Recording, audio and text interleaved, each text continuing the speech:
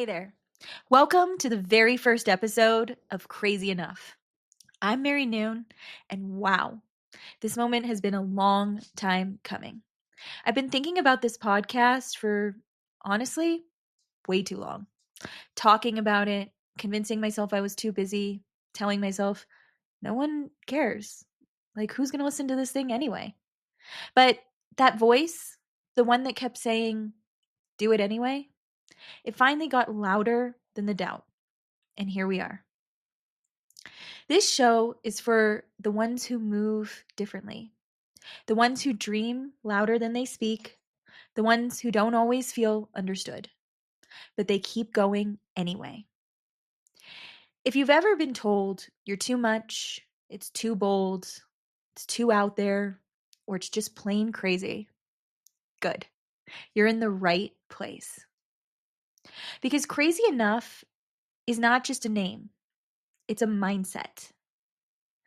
It's about betting on yourself even when no one else does.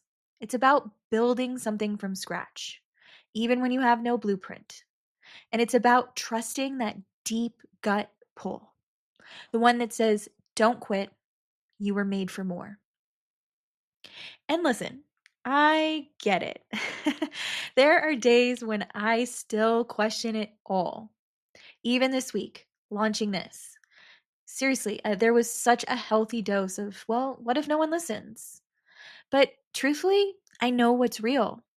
And I know a podcast like this is needed. So, in this first episode, I want to share my story. Not the polished highlight reel, but the real one. The pivots, the plot twists, the breakdowns, and breakthroughs. Because if you're going to come with me on this ride, you deserve to know where it all began. This show isn't about pretending. It's about remembering who we are and why we started in the first place. So take a deep breath, grab a coffee, a matcha, a mocktail, a cocktail. For me, it's mocktails these days, but whatever your thing is, and let me take you back to the beginning. The part that no one saw, the part where it all started, with belief, with grit, and with one crazy idea. So let's rewind back to where this journey really started, in my apartment in Hollywood. I'm not talking about the fancy part. I'm not talking about the wins, the deals, the big clients. I'm talking about the real beginning, the messy middle, the figuring it all out in real time chapter. You see, I've always been drawn to beauty, to things that feel intentional, to the power of first impression. And packaging for me was one of the first things I fell in love with. Not just the look, but it was the emotion it created. You know that moment when you open something and it feels like someone thought about you when they made it? Yeah, that's what got me. That's what I wanted to create. But knowing, what you want to do and then knowing how to start, well, that's a whole different story. So back then, when I was first starting, I didn't even know how to open a wholesale account. I didn't know where to source anything. I didn't know about trade shows. I didn't even know how to price what I was offering. But I had this idea. And more importantly, I had the nerve to believe I could do it. I could make it work. So I started just like that, with nothing but curiosity, caffeine, and probably one too many glasses of wine. I'm just being honest. I Googled everything, I learned by doing, and I figured it out one order, one mistake, and one late night at a time. I didn't have any mentors in the beginning. There was no funding. There was no co-founder. It was just me and this big burning desire to create something special. I said yes before I knew how, and then I'd always figure it out later, which, let's be honest, it's kind of the definition of entrepreneurship, right? I mean, eventually, what happens, right, is people start noticing and then the clients start coming. And, before I knew it, I was building something real with Salt and Pepper. But it's weird because let me tell you, like, it didn't feel real at first. It felt surreal. There were moments and I'd look around and all the stacks of product in my living room and I'd wonder, like, is this legit? Or am I just like winging this thing really well? And the truth is, I was winging it. I'm still winging it. But there's a difference because what I was doing was I was showing up every single day. I was learning, I was improving, and I was obsessing over the details. I still obsess over the details. And that obsession, it's what set me apart. It's what turns those one off projects into repeat clients. It's what made people remember the experience, not just the gift. I didn't want to just send boxes, I wanted to create moments. So, yeah, that's how Salt and Pepper started. Not in a boardroom, but at a kitchen table with an idea, a lot of hustle, and more than a few tears. That is for sure.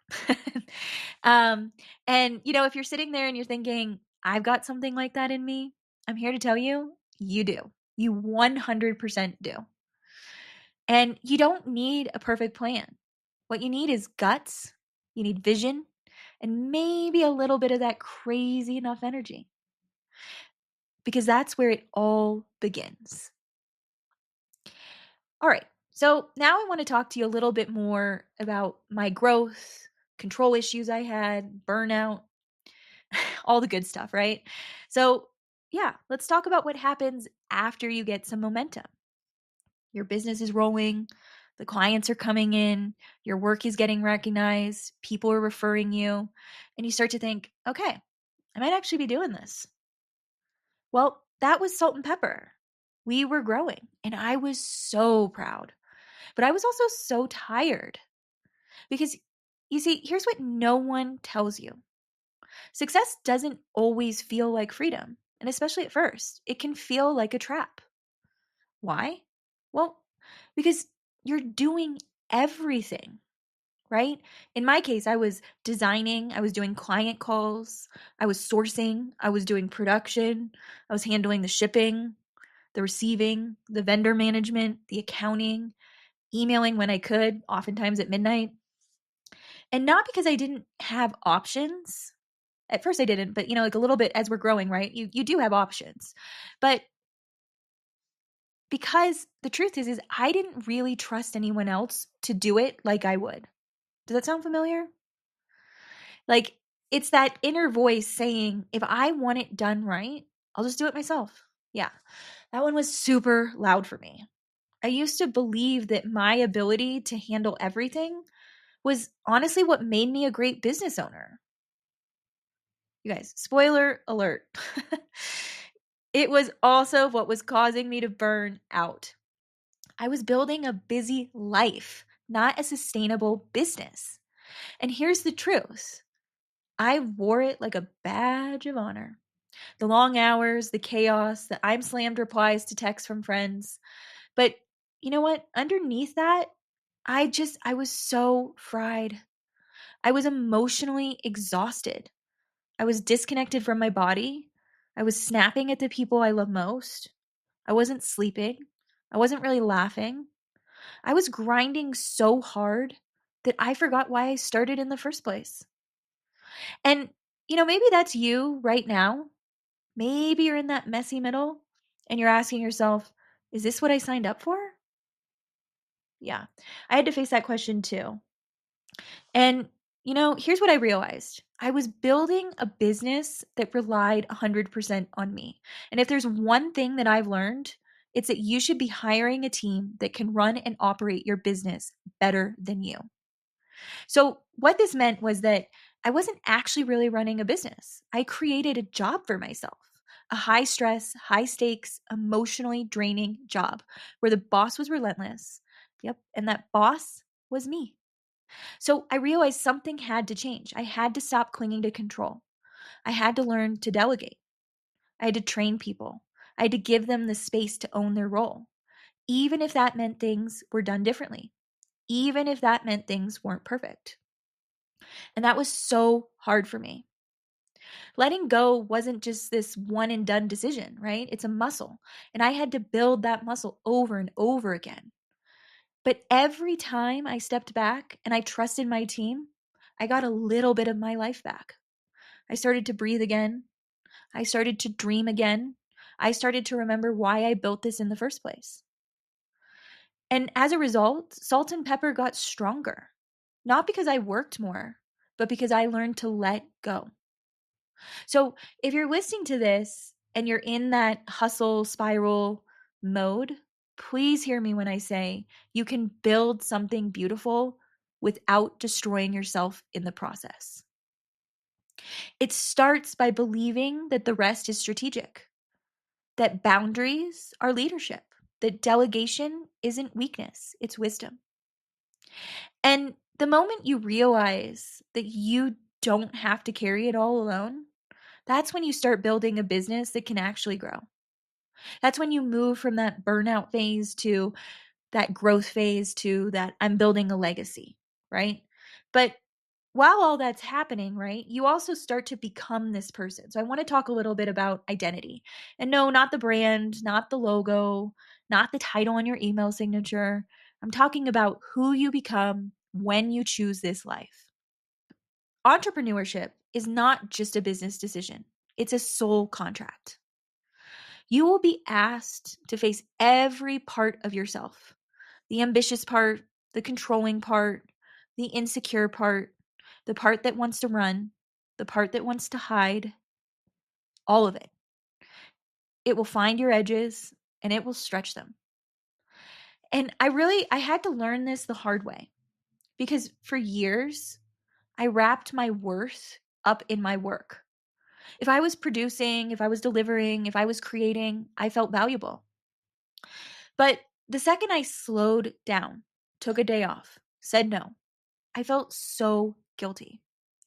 And let me tell you, that mindset, it will break you. So I realized that I had to unravel that belief, right? I had to rewrite the story that said, your productivity is your identity. Because if your entire self worth is tied to your business, what happens when the business slows down? What happens when a launch flops? What happens when a client says no? Well, I think we all know the answer, right? You spiral. You start doubting everything. You question whether you're cut out for this. And so I really had to learn how to separate the two. I had to remind myself, right, that I'm not my business. I'm not my client list. I'm not my inbox. I'm Mary. I'm a creative. I'm a builder, a visionary. I'm a woman who gets back up no matter what. That's who I am. And as a result, like I started doing the work, the real work that requires you to look in the mirror, which we all know takes time and strength. I started going to therapy. I started journaling. I started healing old wounds that I didn't even know I was carrying. I started paying attention to my patterns. Why do I overdeliver? Why do I resist asking for help? Why do I struggle to rest? Right? Like those are all really valuable questions. So just pen to paper and I let it flow. And I started listening to my body. I started to notice when I felt aligned and when things felt off. I started letting go of clients, right, that weren't aligned, or habits that didn't serve me anymore. For me, that happens to be alcohol, of stories that weren't true anymore. I began to understand that scaling a business actually really requires scaling yourself. And I say all of this because maybe you're in that season right now. It's unraveling, it's the rebecoming. Maybe you're doing the outer work, but the inner work is screaming for your attention. Who knows, right? Like we all have different, reasons and phases and things where we are in our life. But I'm just telling you, don't ignore it because the most important brand you'll ever build is you. It's not the business, it's not the followers, it's not the next product drop. I mean, those things are all great. Like, don't get me wrong. But the brand that you're building is you. It's your piece, it's your voice, it's your values, it's your energy.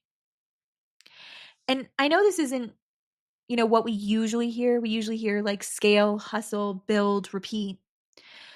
But what if I told you that the secret to sustainability is actually healing? That the greatest return on investment comes when you finally believe that you are enough, even when you're not doing. So that's what I'm learning right now in this season of my life. That's what I'm practicing. And that's the next level, right, that I'm stepping into as an entrepreneur. It's not just building a business, it's building a life that feels aligned, honest, and honestly, fully mine. And I hope in some way this gives you courage to do the same. I do. All right, guys. So here we are, full circle. This is episode 1. And, maybe this didn't feel like your sort of typical like intro. Here's my bio, here's my resume. But you know what? That was intentional because Crazy Enough was never meant to be a highlight reel. It's about what happens behind the scenes. It's about the truth telling, about the real conversations, about honoring the messy middle. That's what Crazy Enough is about. And if you're still listening right now, then I think you probably feel that too. Maybe you've been carrying an idea that feels bigger than you. Maybe you've been second guessing it. Maybe you've been waiting for the perfect moment. Maybe you've been shrinking it to make other people more comfortable. Who knows, right? We all have our reasons. But I want this to be your reminder that you don't have to wait. You don't need permission. You are allowed to dream big and build messy. You are allowed to do things differently. You're allowed to be loud, bold, and all the way you. And this podcast, it's a space for that. This is for the ones who start with nothing but that crazy idea and they decide to go for it anyway. It's for the builders, the misfits, the dreamers, the ones who bet on themselves even when no one else does. Yep, that's what Crazy Enough is for, and it's who it's for. So each week, I'll be bringing you stories, sometimes mine, sometimes my guests, but always honest, always raw, always real. We'll talk about the grind, the growth, the mindset shifts, the failures that hurt, and the pivots that saved us. We'll talk about money, about identity, about letting go of perfectionism.